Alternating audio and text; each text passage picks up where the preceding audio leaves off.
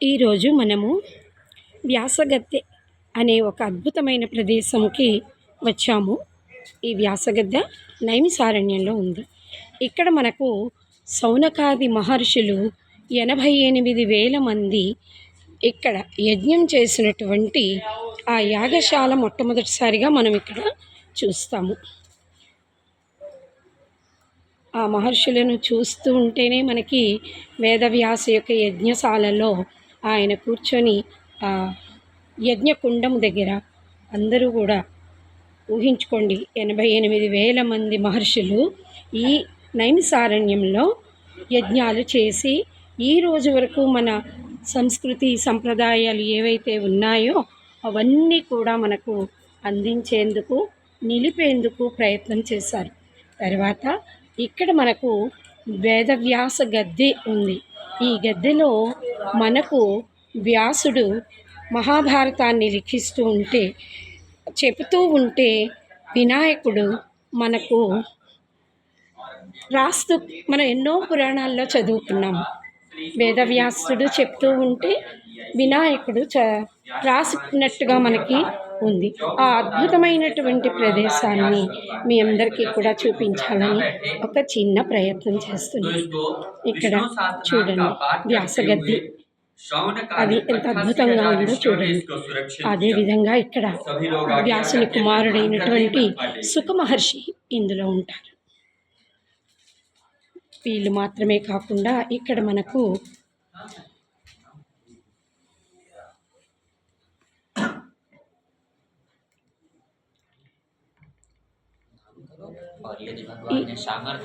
విష్ణు సహస్రనామం మనం నిత్యం చదువుతాం.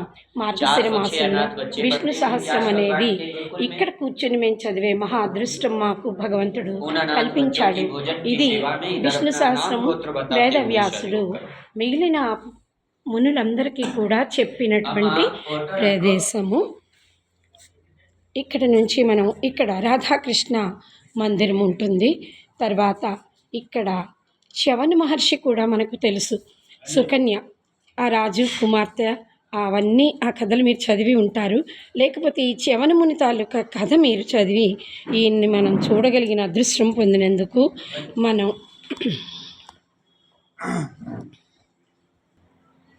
ఇది వ్యాసుడు ప్రతిష్ఠ చేసినటువంటి ఈశ్వరుడు వ్యాసేశ్వర మహాదేవు పేరుతో ఇది చాలా ప్రసిద్ధి పొందినది. ఇక్కడ మనకు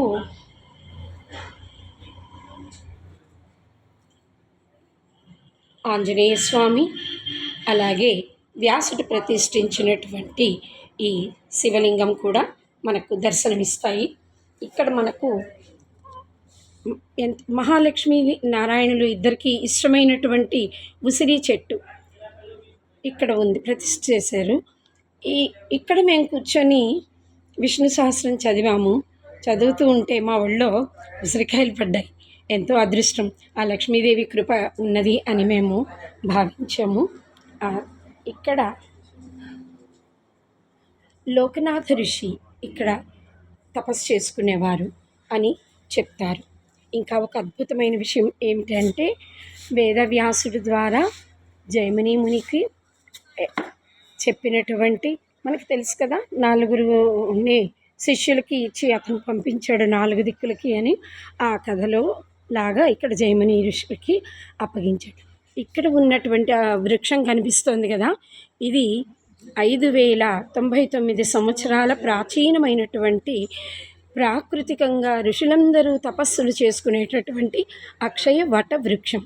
ఇది చూసినంత మాత్రం చేతే 3 పరిక్రమలు అంటే ప్రదక్షిణలు చేసినంత మాత్రంలో మనకు కావలసిన కోరికలన్నీ తీరడమే కాకుండా ఇతర మన పితృదేవతలందరూ కూడా ఎంతో సంతృప్తి చెంది, ఈ వృక్షం చూస్తుంటే మీకు అర్థమవుతుంది వాటి యొక్క శాఖలు ఇలాగ భూమి మీదకి వచ్చి మళ్ళీ అక్కడ మహావృక్షంగా అయిపోయాయి. అంత గొప్ప ఈ వృక్షాన్ని మీకు చూపించే అదృష్టం నాకు కలగడం చాలా ఆనందంగా ఉంది. అలాగే ఇక్కడ జైమిని మునికి చేసినటువంటి ఈ నైమిషారణ్యంలో ఈ జాగాలో కూర్చొని ఈ అక్షయ వటవృక్షం కింద కూర్చుని 88,000 మంది ఋషులకు అష్టాదశ పురాణములు చెప్పడం జరిగింది. వ్యాసుడైతే లిఖించాడు. సూత మహర్షి వీళ్ళందరికీ చెప్పారు, వ్యాసుడేమో లిఖించాడు. మనందరికీ తెలిసినటువంటి ఈ సూతగద్దె దగ్గర జరిగిన సత్యనారాయణ స్వామి వ్రతం గురించి కూడా మీ అందరికీ తెలుసు.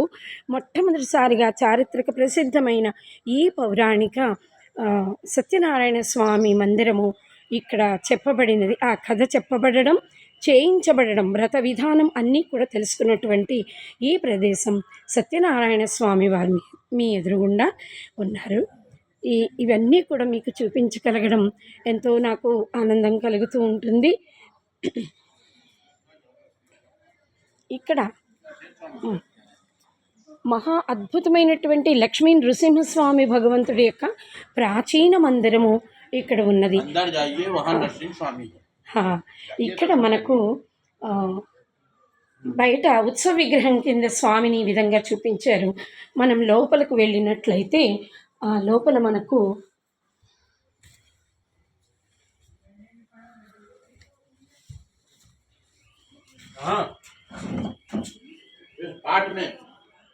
इस पार्ट में हाँ नहीं वहाँ नहीं इधर देखिए ये है सामने. ఇది మనకి ర్యాలీలో విష్ణువు లక్ష్మి శివుడు ముందు వెనకలుగా ఉంటారు కదా, ఆ విధంగా ఇక్కడ ముందుకు మీకు ఉత్సవ విగ్రహాన్ని చూపిస్తే ఇప్పుడు మీ ఎదురుగుండా ఉన్నది సత్యనారాయణ స్వామి యొక్క ప్రాచీన విగ్రహం లక్ష్మీ నృసింహస్వామి మందిరంలో మనం ఉన్నాము. ఇక్కడ స్వామిని దర్శించుకొని నమస్కారం చేసుకొని ఈ విధంగా ఎంతో పుణ్యం ఉంటేనే ఇలాగ మనకి నచ్చినన్ని రోజులు ఉండి కావలసినవన్నీ చూసుకోవడం అనేది. అద్భుతమైనటువంటి ఈ విగ్రహానికి నమస్కరిస్తూ సెలవు తీసుకుంటున్నాను.